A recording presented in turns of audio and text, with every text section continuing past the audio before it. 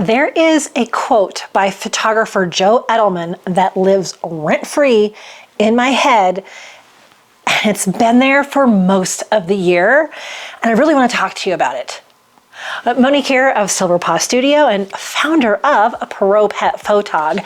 And this quote is actually about photography, the exposure triangle.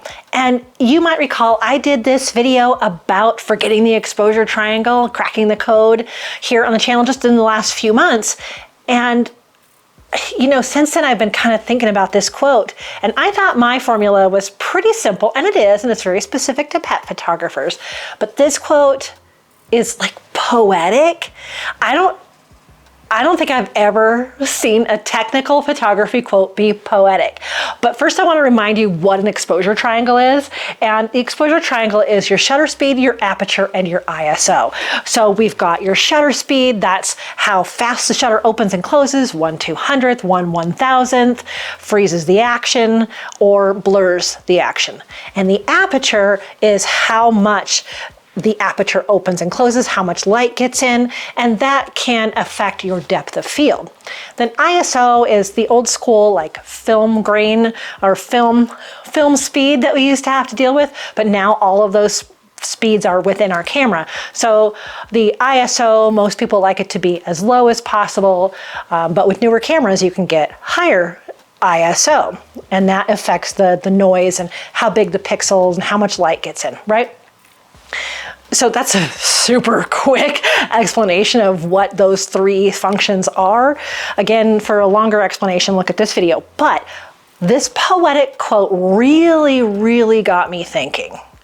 So here's the quote by photographer Joe Edelmann. He does a lot of online photography teaching too, and he's been doing a lot of live streaming lately. So I'll put a link to his YouTube channel in the description too. But here's the poetic quote that I want to share with you. And I want us to think about this. Who needs a triangle? Choose your shutter speed with purpose, your aperture with feeling, then adjust the brightness with ISO. Mic drop. That, I have thought about that nonstop for months and months and months. When I first saw it slide across his Facebook page, and he's not wrong. Let's break it down. Okay. Choose your shutter speed with purpose. Okay, right. So let's say we choose our shutter speed first. If it's not moving, then we can have a slower shutter speed. If it's something we want to freeze the action, we can have a higher shutter speed. If we want something kind of in between to show a blur, we could do something in between. Okay, so that's our purpose. So that makes a ton of sense. Like that's an easy one to start with. If something's moving too fast, you're obviously not going to choose a slow shutter speed. That's kind of like the technical piece of this little poem that I am sharing with you today. Okay, but this one got me. Your shutter speed with purpose and your aperture with feeling. What? I love that so much. Your aperture with feeling. Because how often do we see a picture with a really shallow aperture where everything is blurry behind us and we call it kind of dreamy and nostalgic, and oh, it just kind of focuses in on the subject and it's all about that subject and just So with the shallow depth of field, maybe you're doing f2 or f4, you've got that dreamy look, right? And that just makes you feel kind of cozy. But with a narrower aperture where you're getting more in focus, maybe you're showing the environment with this dog and you're like, oh, that is so cool that they took him downtown to this really nice place, or wow, the mountains in the background, how beautiful is that? And it really gives you that sense of space. You know, this dog has this presence in this space. So when you're choosing your aperture, you can choose all of that. You can show a chaotic scene, or you can show a calm scene, a nostalgic or dreamy scene, or a wow, that's epic scene. That is all done with your Aperture. It's a poem. And then the last bit, we've got an adjust the brightness with ISO. Yeah. We've got a technical, an emotional, and a technical again, right? So why not just adjust it with your ISO? Now this is outdoors, obviously. If you're in a studio, you have lights and stuff too, but let's say this is fully natural light. And we all have cameras that are 2 to 3 years old, right? Maybe even 5 years old that can go on a pretty high aperture. And I'm sure this guy does a lot of commercial. He does high fashion. He does all kinds of really good photography. And if he's saying, just use the ISO to adjust the light. Our denoise programs are amazing nowadays. Our sensors are awesome. It's no longer the days of, oh my gosh, ISO 400 is so high, look out, your picture's gonna be ruined. It's not like that anymore. People are doing commercial photography with ISOs in the thousands. Like, it's incredible. Yeah, of course we can crank our ISO or lower it, right? Whatever light we have, adjust it with. Maybe I'm getting a little animated about this quote, but it just really makes me feel better as a photographer. That I can distill it down to just that.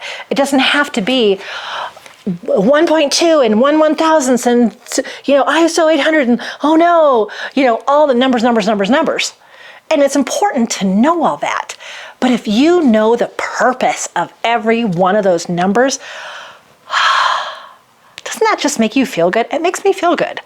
It makes me feel like, okay, those times where I haven't had a session in a little while and I think, oh, I hope I remember how to do everything. If I just do my shutter speed with purpose, my aperture with feeling, and then just get the exposure right with ISO, the brightness,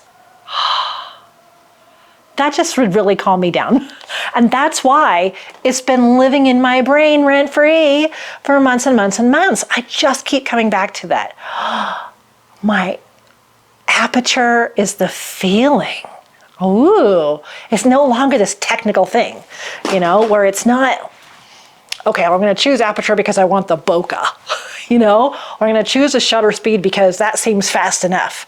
Like, this just makes the photography so much more purposeful, no matter what you're photographing, honestly. Like, obviously, we talk all about pet and people photography here, but it could be for anything. Race cars, diving, mountains, wildflowers. All of the subjects you photograph can be used, can be figured out with this. I'm gonna call it a poem, all right? Joe Edelmann, if you ever see this, it's a poem to me. I absolutely love it. And I want to know what you think, honestly, because it affected me so much and I just think about it all the time and it just brings all of these settings back down to reality. What really am I trying to show with these photos? What is really my purpose when I'm taking this technical photo? What do you think? Do you agree with this forget the triangle and just do purpose, feeling, and brightness? We don't even have those terms anymore. No more shutter speed, aperture, and ISO. It's just purpose, feelings, and brightness. I don't know. Like, how far do you think we can go with this? All right, I had to share that with someone. You're a photographer, you get it. Maybe it's making your mind go, also, I don't know. Let me know, type it in the comments. I would really, really love to know. Okay, thank you for letting me get that off my chest and share with you lovely, lovely photographers. Oh my gosh, I love teaching. I love YouTube. I love my community over on ProPetPhotog. It's just a joy to be able to sit and share with you and talk about my passion of photography. So thanks for sticking with me today, and I'll see you in the next one. And as always, I wish you many woofs, purrs, and TREATSs.